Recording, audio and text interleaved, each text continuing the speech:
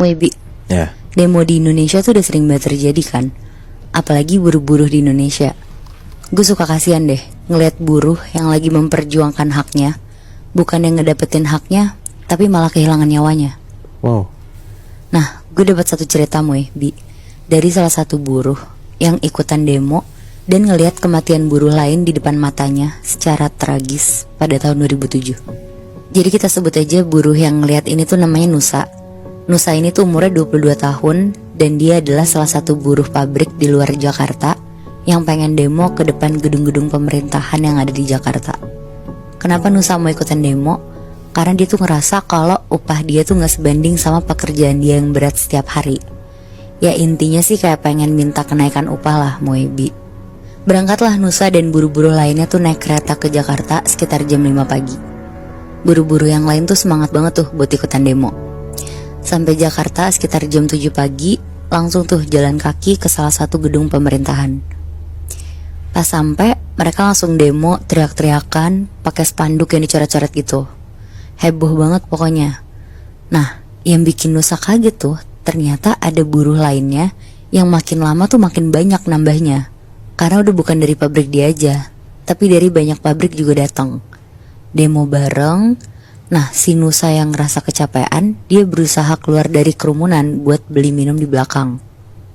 Tapi dia kedorong-dorong terus Muibi sama buruh-buruh yang lainnya. Gue gak kebayang ya berarti sepadat apa itu sampai jalanannya tuh sesusah itu. Yeah. Dan karena makin lama makin siang, jadi matahari makin terik kan. Nusa tuh jadi makin ngerasa dehidrasi banget tuh dia sendiri. Dan dia juga bilang katanya dia tuh udah gak kuat banget buat ngelanjutin. Akhirnya dia pelan-pelan berusaha jalan lah ke belakang. Nah pas dia jalan ke belakang Muibi, tiba-tiba tuh ada gas air mata ditembak ke udara gitu. Pokoknya di situ dia tuh ngerasa kalau ini tuh udah gak kondusif sama sekali. Akhirnya dia buru-buru tuh mau ke belakang, ditabrak-tabrakin lah orang yang lain. Nah gas air matanya makin banyak, matanya perih banget, tapi dia masih berusaha tuh jalan ke belakang. Terus pas dia lagi jalan, tiba-tiba tuh dia berhenti. Karena ada satu buruh yang jatuh. Bahkan saking udah gak beraturannya, buruh yang jatuh ini tuh keinjek-injek gitu Muibi. Allah. Nah buruh yang jatuh keinjek-injek ini tuh kelihatan kehabisan oksigen gitu, karena dia posisinya di bawah gitu kan. Bener-bener si Nusa tuh ngeliat sambil najemin matanya yang susah banget karena perih. Tapi si Nusa tuh juga gak bisa nolongin, karena dia pun kondisinya lemes juga Muibi. Yeah. Akhirnya buruh itu tuh keinjek-injek, ketiban, sampai meninggal di tempat. Wah anjir, kasian banget. Nah di situ Nusa yang udah berhasil keluar dari kerumunan tuh kaget banget ngeliat buruh itu tuh digotong sama buruh-buruh lainnya pas udah lumayan kondusif. Dan Nusa berusaha mau ngeliat kan. Akhirnya ngintip lah si Nusa ke buruh yang lagi digotong itu. Nah pas si Nusa ngeliat, buruh itu tuh meninggal dengan kondisi matanya tuh kebuka, melotot, dan matanya tuh merah gitu. Di situ Nusa refleks langsung mundur ke belakang saking kagetnya kan. Dia langsung mau pulang di detik itu juga, karena sebenarnya dia juga takut banget tuh ngeliat itu. Karena itu kan kayak demo pertamanya si Nusa kan. Iya. Nah selama perjalanan pulang di kereta, Nusa tuh bengong kepikiran sama buruh yang dia lihat di depan matanya tadi. Dari masih hidup sampai sekarat dan akhirnya meninggal tuh benar-benar disaksiin sama si Nusa kan. Si Nusa juga masih inget tuh dengan jelas mukanya buruh ini tuh kayak apa. Sampai akhirnya dia pulang ke kosannya dia. Begitu sampai, dia mandi, bersih-bersih, dan dia tidur-tiduran di kasur kosannya. Tapi ya lagi-lagi dia masih kebayang sama kejadian tadi. Cuma si Nusa berusaha ngedistract lah dengan cara nonton TV. Akhirnya Nusa tuh sampai ketiduran lah di situ. Nah pas dia ketiduran, tiba-tiba dia tuh kebangun sama suara azan maghrib. Dia kaget banget tuh, terus langsung cepet-cepet bangun, dan niatnya tuh mau beli nasi goreng untuk makan malamnya dia. Siap-siap tuh dia cuci muka ke kamar mandi. Dia cuci muka di ember kamar mandinya. Dan pas lagi pakai sabun cuci muka, berarti dia merem kan nih posisinya. Nah pas dia lagi merem, Nusa tuh ngerasa merinding banget satu badan. Terus pikiran dia tuh kemana-mana langsung kan.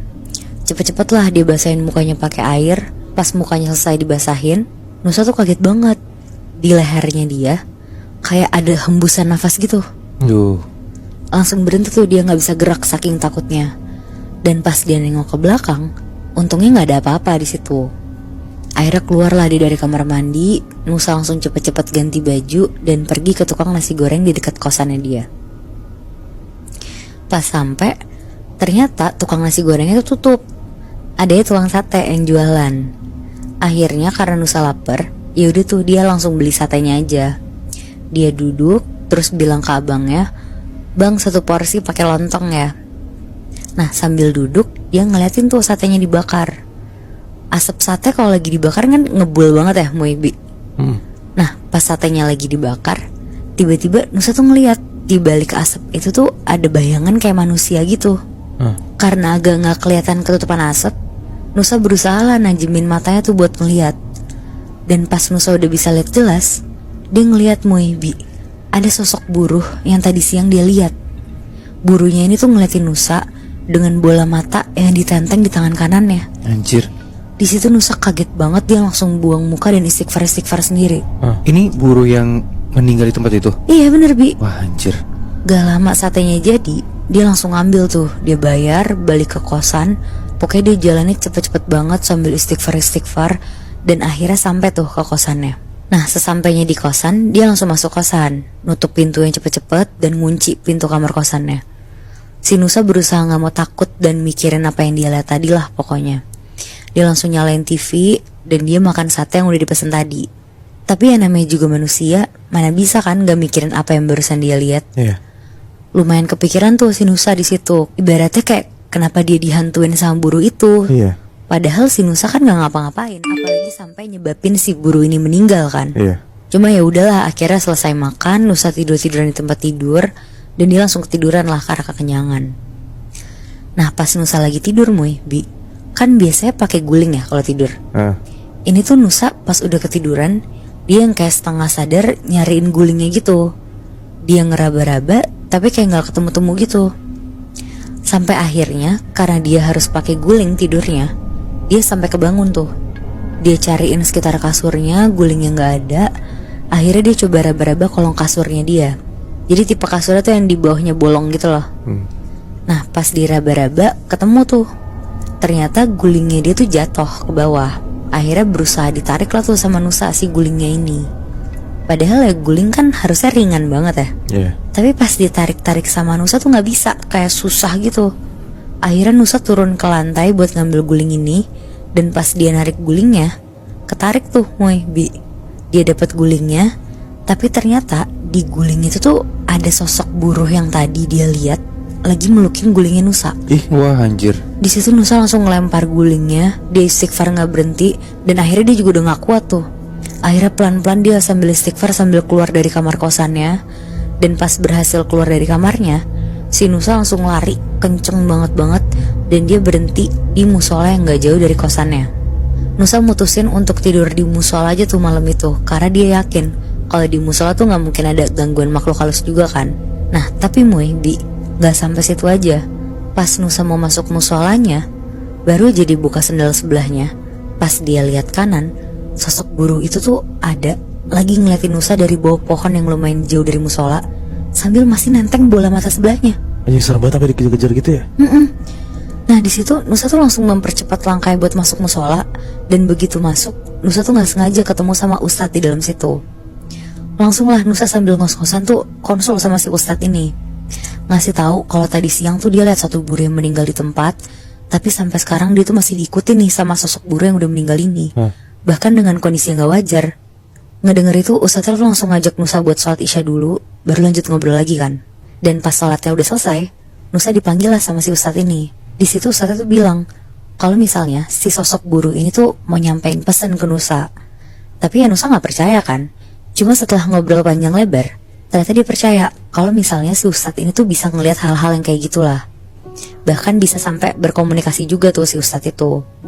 Katanya sih Bi, sosok buruh ini tuh sedih banget dan ngerasa yang bisa bantu tuh cuma si Nusa ini. Dia mau minta tolong kasih tahu keluarga di kampung kalau dia tuh udah gak ada. Cuma si buruh ini tuh bingung banget gimana caranya. Akhirnya dia ngikutin Nusa kemanapun si Nusa ini pergi Bi. Di satu sisi kasihan sih anjir. Kayak dia kan niatnya cuma mau nyampein pesan ya. Iya. Tapi kita sebagai manusia ngelihat ada sosok yang ngikutin kita pasti gak ngerti maksud dia apa kan. Iya. Walaupun niatnya cuma mau nyampein pesannya doang, tapi kalau kita diliatin kayak gitu serem banget sih Bi ya. Iya jadinya hitungannya ya malah jadi ketakutan karena kita nggak ngerti kan. Iya. Pun juga dari Nusanya jadi nggak tahu nih kenapa gue yang dihantuin. Padahal kan gue nggak salah apa-apa gitu. Serem sih tapi anjir.